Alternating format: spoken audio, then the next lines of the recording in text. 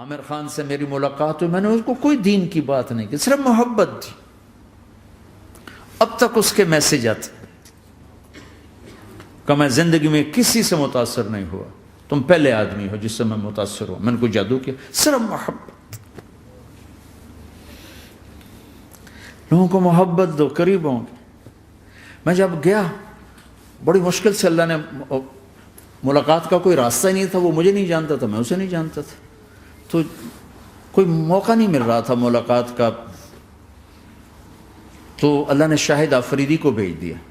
شاہد آفریدی اس کی دوستی تھی، ہمارا جو کرکٹر ہے.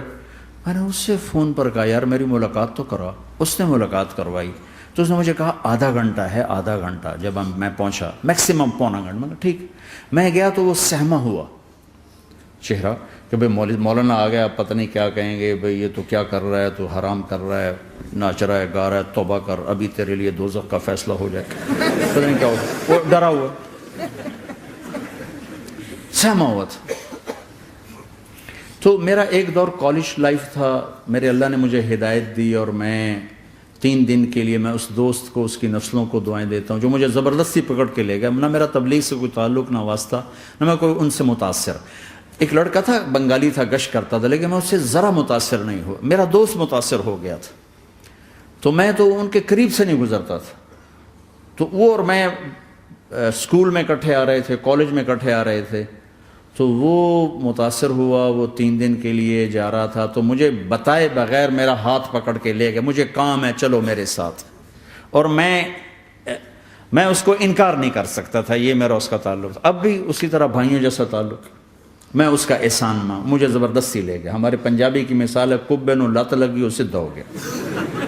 وہ جو ہوتا ہے ہنچ بیک ہوتا ہے نا، اس کو کسی نے لات ماری تو وہ سیدھا ہو گیا. مہربانی بھائی تیری لات سے میں سیدھا ہو گیا.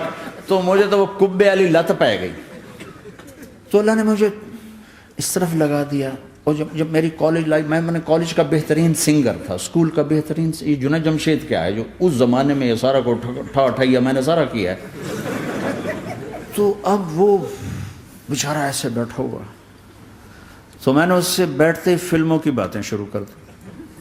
اور تھوڑی دیر بعد کہ میں نے محسوس کیا کہ فرام 60 to 72 جو فلم انڈسٹری کو جتنا میں جانتا تھا اتنا وہ نہیں جانتا تھا. تو اس کے اوپر میرے علم کا روپ پڑ گیا. اس کی لائن کا علم تھا نا. تو حیران پریشان، یہ واز تو ہو نہیں رہا. تو کبھی دلیپ کمار کی باتیں شروع ہو گئیں، کبھی راج کپور کی شروع ہو گئیں، اور کبھی محبوب صاحب شروع ہو گئے، کبھی مدن موہن شروع ہو گئے. وہ آدھا گھنٹہ تو یوں ہی گزر گیا.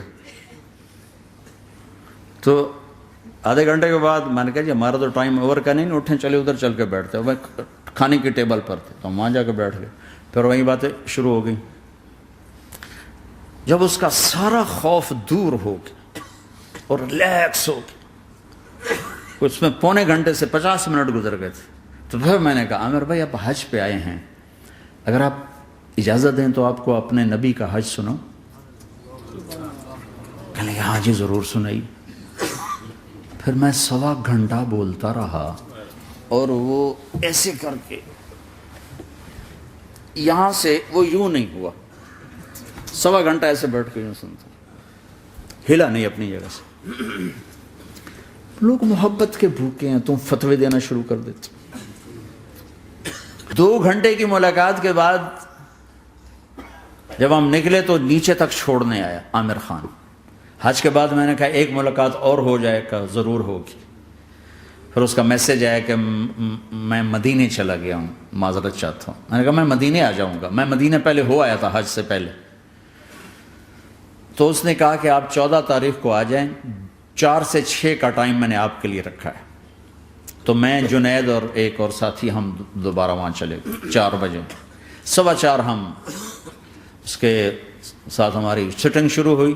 4:15 سے 10:15 تک 6 گھنٹے مسلسل.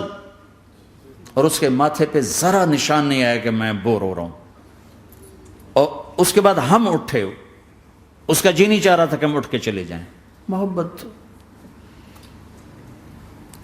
پھر ایک امتحان پڑ گیا. میں اجتماع میں تھا ریمنڈ کے پچھلے سال. اس کا میسج آ گیا میری فلم تلاش آ رہی، اس کی کامیابی کی دعا کرو. میں نے بھی اے چنگی بڑی.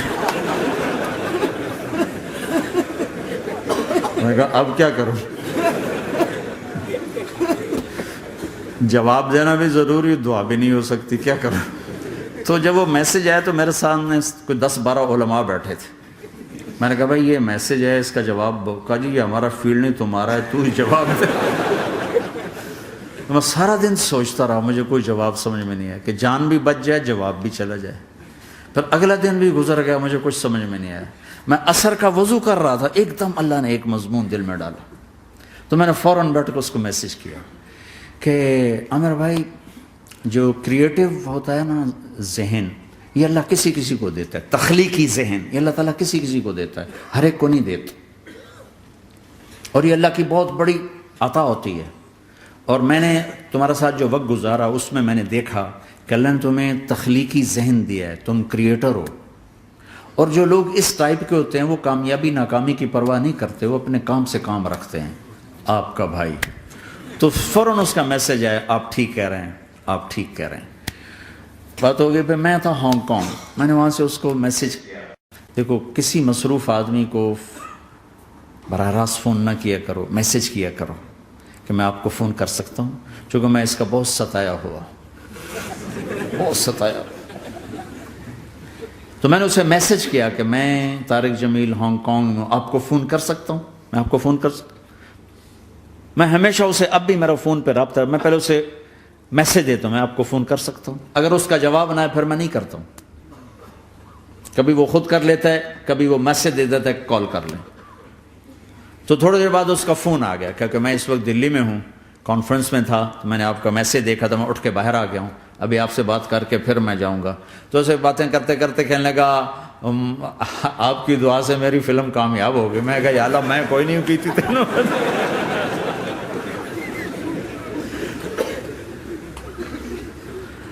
بھائیو محبتیں بانٹو, نفرتیں تو پہلے ہی بہت پھیل چکی.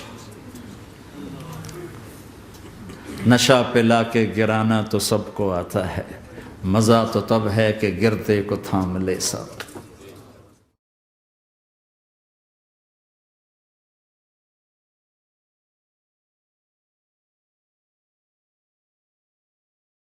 لا إله إلا الله محمد رسول الله عليه صلاة الله وآله والأحبة.